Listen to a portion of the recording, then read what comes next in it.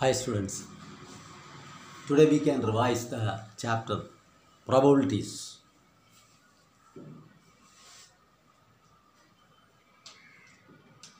In plus 2, the first concept is conditional probability. The conditional probability of E given F, that means F has already occurred. Then what is the probability of E? Or if you are given the probability of F, then what is the probability of E? Both are events of a sample space. Yes, you know sample space. The set of all outcomes of a random experiment is called a sample space. അതോടെ അറിഞ്ഞിരിക്കണം, ഇതൊരു sample space ആണ്. HH, when two coins are tossed, ഇതൊരു sample space. ഇത് equally likely outcomes ആണ്. Every outcomes have the equal chance of occurrence. So probability of actually simple event ഇതാണ് ഇതിൻ്റെ പ്രോബിലിറ്റിയാണ് നമ്മൾ എഴുതേണ്ടത്. ഒരു ഇവൻറ്റിൻ്റെ പ്രോബിലിറ്റിയാണ്. That is a subset of this one is equal to. പക്ഷേ ഇതിനെ നമ്മൾ സിമ്പിൾ ഇവൻ്റ് ആകുമ്പോൾ അത് ഒറ്റ എലിമെൻ്റ് ഇങ്ങനെ എഴുതിയാൽ മതി. ഈസ് ഈക്വൽ ടു 1/4 ആണ്. ഈക്വലി ലൈക്ലി ഔട്ട്കം ആണെങ്കിൽ വൺ ഇവൻറ്റിൻ്റെ പ്രോബിലിറ്റി ഒരു സിമ്പിൾ ഇവൻറ്റിൻ്റെ പ്രോബിലിറ്റി സിമ്പിൾ ഇവൻറ്റിൻ്റെ probability 1 total number of outcomes in the sample space. അതേസമയം ഒരു കോമ്പൗണ്ട് ഇവൻറ്റിൻ്റെ പ്രോബിലിറ്റി ഇങ്ങനെ എഴുതിയാണ്. Probability of HH from HT, അതിന് എ എന്ന് പേര് കൊടുത്തെന്ന് വെച്ചു. അപ്പോൾ probability of A is equal to 1/4. ഇതിൻ്റെ 1/4 is equal to 2/4 is equal to 1/2. അതെങ്ങനെ കണ്ടുപിടിക്കും? This has got 2 elements. So the number of favourable case 2 divide by total number of case. അതാണ് പ്രോബിലിറ്റി ഓഫ് ആൻ ഇവൻറ്റ് കണ്ടുപിടിക്കാനുള്ളത്. Conditional probability of E given F is denoted like this. That's the first concept, and this is equal to probability of E intersection F divided by probability of F provided probability of F not equal to 0. This is valid only when probability of F not equal to 0. And what is probability of F given E? E has already occurred now. The probability of F given that E has already occurred now. That is probability of F given E.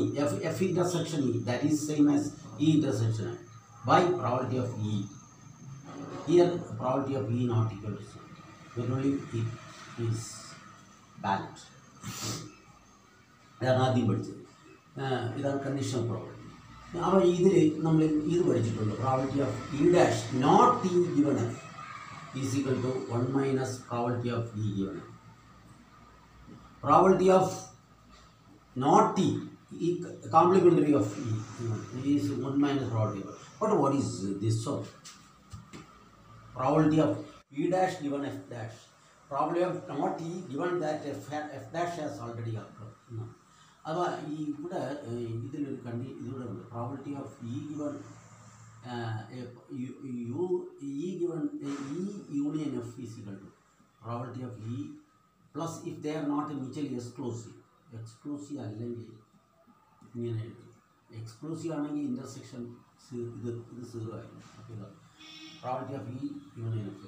Then ഇതൊന്ന് കണ്ടുപിടിക്കാനായിട്ട് by this definition it is probability of E dash intersection F dash by probability of F dash.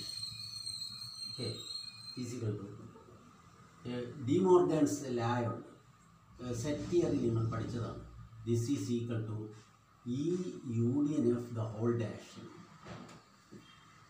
അപ്പോൾ ഇത് probability of E union F the whole dash but by probability of F dash. ഇനി കോംപ്ലിമെൻറ്റിൻ്റെ probability 1 minus probability of E union F. Probability of not E union F is equal to 1 minus probability of E union F. And this is also probability of F. ഇത് വളരെ important ആയിട്ടുള്ളതാണ്. നോക്കൂ, probability of E given F has already occurred is equal to probability of E intersection F by probability of F. So by this formula, probability of not E given that F dash has already occurred. F dash എന്ന് വെച്ചാൽ not F.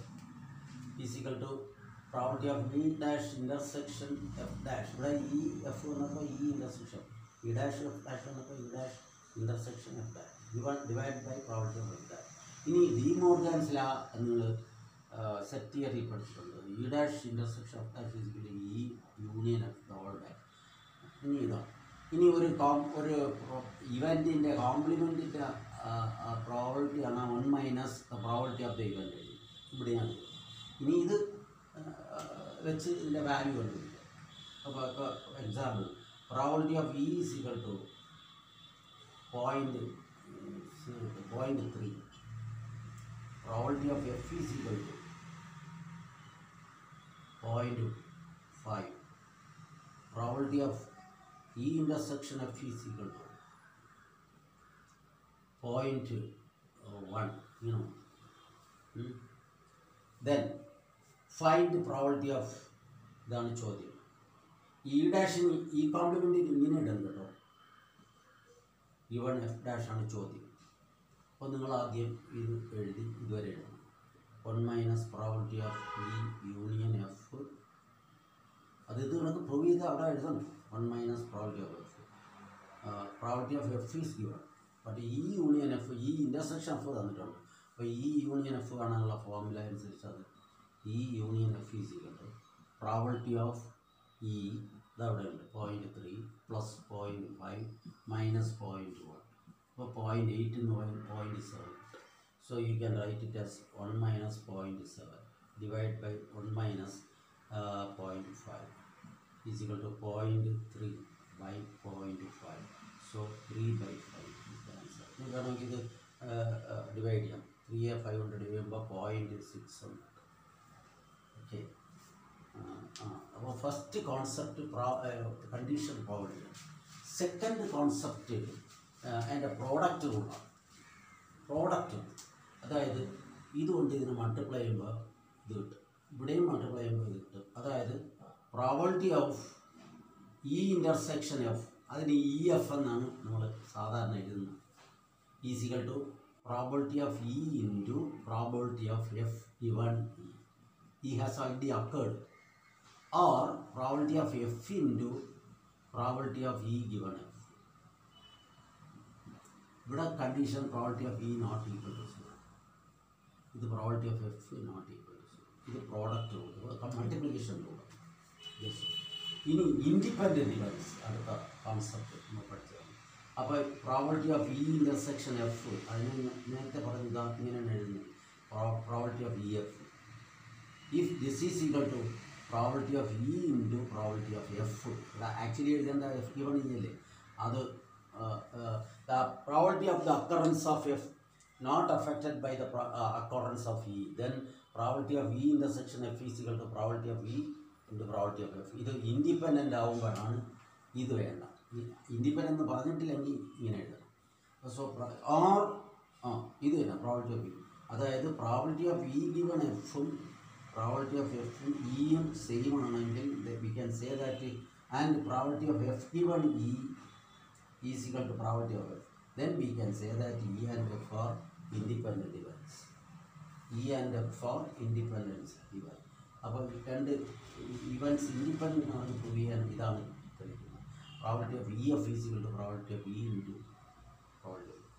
If it is not equal to this, then we can say that they are dependent events. Okay. ഇനി 3 events independent ആണെന്ന് prove ചെയ്യാനായിട്ട് എന്താണ് conditions. ഒന്ന് probability of E F is equal to probability of E into probability of F. തീർന്നില്ല. Probability of F G is equal to probability of F into probability of G. Pairwise independent ആയിട്ട് probability of E G is equal to probability of E into probability of G. Last probability of E F G, E intersection F intersection G is equal to probability of G into E. 4 conditions satisfy the 3 events independent. ഇതിൽ ഏതെങ്കിലും ഒന്ന് satisfy ചെയ്തെങ്കിൽ they are not independent events. So അപ്പോൾ ഇതാണ് ആദ്യം conditional probability. അത് അതിൻ്റെ sub കോൺസെപ്റ്റ്സുകൾ ആണ് ഇപ്പോൾ പറഞ്ഞത്. Okay. Then next one is Bayes theorem. അപ്പോൾ തിരിച്ചാണ് ഇതിൻ്റെ റിവേഴ്സ് പ്രോബബിലിറ്റിയാണ്. അപ്പോൾ ഇഫ് അതിന് മുമ്പ് ടോട്ടൽ പ്രോബബിലിറ്റി എന്ന് പറഞ്ഞൊന്ന് പഠിക്കണം. E1, E2, E3, etc. En are n partition of a sample space. എന്താണ് partition? They are pairwise disjoint, mutually exclusive, and their union is equal to sample space, and each probability of each event is greater than 0. Then probability then if A is an event associated with all these events, then probability of A, this is called the total probability. ഇത് അവസാനം സംഭവിക്കുന്നത് അതിൻ്റെ probability ആണ് probability of E1 into probability of A given E1 plus probability of E2 into probability of A given E2. Probability of A കണ്ടുപിടിക്കാനുള്ള ഫോർമുലയാണ് plus etcetera plus probability of En into probability of A given En by heart ചെയ്യണം. ഇതാണ് total probability. ഇനി എന്താണ് Bayes theorem? Same statement ആണ്. If E1, E2, E3, etc. En are n partition of a sample spaces and A is an event associated with this. സെക്കൻഡിൽ സംഭവിച്ചത് ഇതൊക്കെയാണ് ആദ്യം സംഭവിക്കുന്നത്. ദെൻ പ്രോബബിലിറ്റി ഓഫ് ഇതിലേതെങ്കിലും ഒന്നിൻ്റെ given A, but don't read this as probability of EI given A has already occurred. ഇത് conditional അല്ല. is equal to bias theorem. By bias theorem, this is equal to probability of EI into probability of A given EI by P of A. ഇതെടുത്തേക്കണം. അപ്പോൾ P of Aക്ക് പകരം ഇങ്ങനെ എഴുതാം. P of A1 into probability of A given E1 plus P of E2 into probability of A given E2 plus etc. plus probability of En into probability of A given En. ഇതാണ് bias theorem. അപ്പോൾ ഇതിൽ question ഉണ്ടാവാം. Total probability കാണാം. ഇത് bias theorem വെച്ച് ആദ്യത്തെ ഏതെങ്കിലും ഒന്നിൻ്റെ probability given second is equal to ഇത് condition probability. Probability of A given EI has already occurred എന്നാണ് പ്രോബബിലിറ്റി ഓഫ് EI. അപ്പോൾ ഇവിടെ E1 ഗിവൺ എ വരെയാണെങ്കിൽ ഇവിടെ പ്രോബബിലിറ്റി ഓഫ് E1 ഇൻറ്റു ഇത് ആദ്യം സംഭവിച്ചതിൻ്റെ പ്രോബബിലിറ്റി കാണും. Probability of E1 into probability of A given E1 ഇത് വീണ്ടും E2 given A ആണെങ്കിൽ probability of E2 into probability of A given E2 divide by this. അതാണ് Bayes theorem. Okay. Then last is probability distribution random variable. In a random experiment, we are not only interested in the outcomes, but some number associated with that outcomes. ആ നമ്പറിനെയാണ് random variable എന്ന് പറയുന്നത്.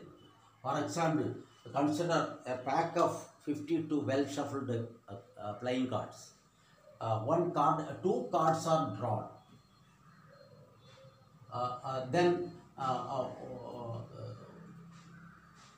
can you write the random variable of number of aces? Number of aces. അപ്പോൾ X is equal to it can be രണ്ട് card try ചെയ്യണം. രണ്ട് non zero ആണ് അല്ല non ace ആവും. ഒന്ന് ഏസും ഒന്ന് നോൺ ഏസും ആണ്. ടു കാർഡ്സ് ആണ് ട്രൈ ചെയ്യുന്നത്. അപ്പോൾ റാൻഡം വേരിയബിൾ 0 to 2 ആണ്. 3 ആണെങ്കിൽ 0 to 3 ആണ്. ഓക്കെ. നീ ഒരു 14 സ്റ്റുഡൻസിൻ്റെ ഏജ് കൊടുക്കുകയാണ്. ഏജ് അപ്പോൾ ഒരാളുടെ ഏജ് 10, അടുത്ത ആളുടെ ഏജ് 13, പിന്നെ ഒരാളുടെ ഏജ് 18, 12, 14, പിന്നെ 9, 8, 9, 10, 11, പിന്നെ 11, 1, 2, 3, 4, 5, 6, 7, 8, 9, 10, 14.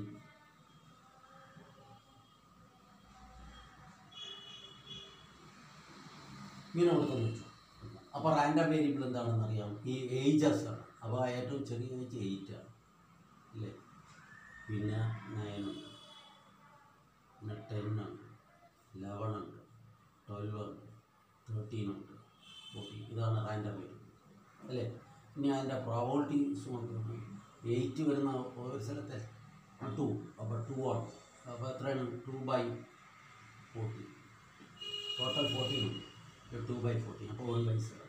9 വരുന്ന 1 ഉള്ളൂ അല്ലേ. 1/40. 10 വരുന്നത് 2, അപ്പോൾ 2/40 ഇങ്ങനെ കണ്ടുപിടിക്കണം. അപ്പോൾ ഇത് റാൻഡം വേരിയബിളും പ്രോബബിലിറ്റി അതാതിൻ്റെ പ്രോബബിലിറ്റീസും എഴുതുന്നതിനാണ് പ്രോബബിലിറ്റി ഡിസ്ട്രിബ്യൂഷൻ എന്ന് പറയുന്നത്. അപ്പോൾ അതും ക്വസ്റ്റ്യനായിട്ട് ചോദിക്കാവുന്നതാണ്. ഇപ്പോൾ ഒരു question, well shuffled pack of 52 cards are there. 2 cards are drawn. What is the probability distribution of the number of aces? Well, 2 cards are drawn now. So here the random variable x is the number of aces. It can be both can be non-ace. അപ്പോൾ 0 ആണ് ഏസിൻ്റെ എണ്ണം. 1 ഏസും ആകാം 1 non ഏസും ആകാം, പിന്നെ 2 ace ആകാം. അപ്പോൾ ഈ probability of X is equal to 0 ആയിട്ട് അർത്ഥം എന്താണ്? 2 ഏസ് അല്ലാത്തത്. അപ്പോൾ ഇങ്ങനെ എഴുതും probability of N non ace non ace. അപ്പോൾ നോൺ ഏസ് എത്ര എണ്ണം ഉണ്ടെന്ന് അറിയാം? ഏസ് 4 എണ്ണം ഉണ്ട്. അപ്പോൾ 48 ആണ്. അപ്പോൾ 48/52 ഇൻറ്റു റീപ്ലേസ് ചെയ്യുന്ന കാര്യം പറഞ്ഞിട്ടില്ല. അപ്പോൾ 47 ഉള്ളൂ. ഇനി അടുത്തത് 51 പിന്നെയാണ് എഴുതുന്നത്. അതായത് ഇത് എഴുതുമ്പോൾ ഇത് ഡിപ്പെൻഡൻ്റ് ആണ്. Probability of N into probability of N given N. നേരത്തെ പഠിച്ച മൾട്ടിപ്ലിക്കേഷൻ കൂടെ ഇത് സിംപ്ലിഫൈ ചെയ്ത് എഴുതാം. ഇത് ഇവിടെ 4 കൊണ്ട് കട്ട് ചെയ്യാം. അപ്പോൾ ഇവിടെ 12, ഇവിടെ 13. ഇവിടെ 3 കൊണ്ട് കട്ട് ചെയ്യാം. അപ്പോൾ ഇവിടെ 17, ഇവിടെ 4. ഇനി ഇത് രണ്ടും കൂടെ മൾട്ടിപ്ലൈ ഇത് രണ്ടും കൂടെ. അതുകൂടെ probability of X equal to 1 അതൊക്കെ ശ്രദ്ധിച്ചോളൂ.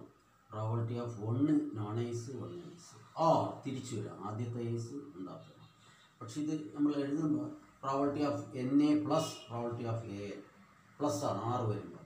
അപ്പോൾ അത് നോൺ ഏസ് 48/52 ഇൻറ്റു ഒരുപാട് എടുത്തു. പക്ഷേ ഏസ് 4 ഇനിയുണ്ട് 51 പ്ലസ് ഇത് തന്നെ തിരിഞ്ഞു വരുമെന്നേ ഉള്ളൂ. അപ്പോൾ ഇവിടെ ഇൻറ്റു 2 ഇട്ടാൽ ഇത് സിംപ്ലിഫൈ ചെയ്തെടുക്കാം. ഇനി probability of X equal to both ace. അപ്പോൾ പ്രോബബിലിറ്റി ഓഫ് ഏസ് അപ്പോൾ ഇവിടെ എഴുതണം കേട്ടോ. A stands for ace and N stands for non ace. അത് കാണിക്കണം. ഇത് ആകുമ്പോൾ ഏസ് 4/52 ഇൻറ്റു 3/51. ഇത് നോക്കിയിട്ട് 13 കിട്ടും. ഇനി ഇത് നോക്കിയിട്ട് 17 1/220 ഉണ്ടെന്നുണ്ട്. ഇതാണ് ഇത്. ഇനി എക്സ് ഇവിടെ എഴുതും 0, 1, 2. ഇനി പ്രോബബിലിറ്റി ഓഫ് എക്സ് അതിനാണ് പ്രോബബിലിറ്റി ഡിസ്ട്രിബ്യൂഷൻ. ഓക്കെ, ഇതേ ക്വസ്റ്റ്യൻ റീപ്ലേസ്മെൻറ്റ് ഈസ് ദയർ അത് പ്രത്യേകം പറയും. അപ്പോൾ ഇവിടെ ഇതാ ഇൻഡിപെൻഡൻ്റ്. അപ്പോൾ വീണ്ടും റീപ്ലേസ് ചെയ്യണം. അപ്പോൾ ആദ്യം 48 നോൺ ഏസ് ഉണ്ട്, 52 കാർഡ്സും ഉണ്ട്. വീണ്ടും 48/52. അപ്പോൾ അത് കട്ട് ചെയ്യുമ്പോൾ 12/13 ഇൻറ്റു 12/30 144/169. ഇവിടെ ആകുമ്പോഴത്തേക്ക് 48/51 ഇൻറ്റു 4 വീണ്ടും 52 ഇൻറ്റു 2 ആണ്. ഇവിടെ ഇത് 52 തന്നെ വരും. ഇവിടെ 4 തന്നെ. ഓക്കെ, റീപ്ലേസ്മെൻറ്റ് വരുമ്പോൾ അത് ഓർത്തോളൂ.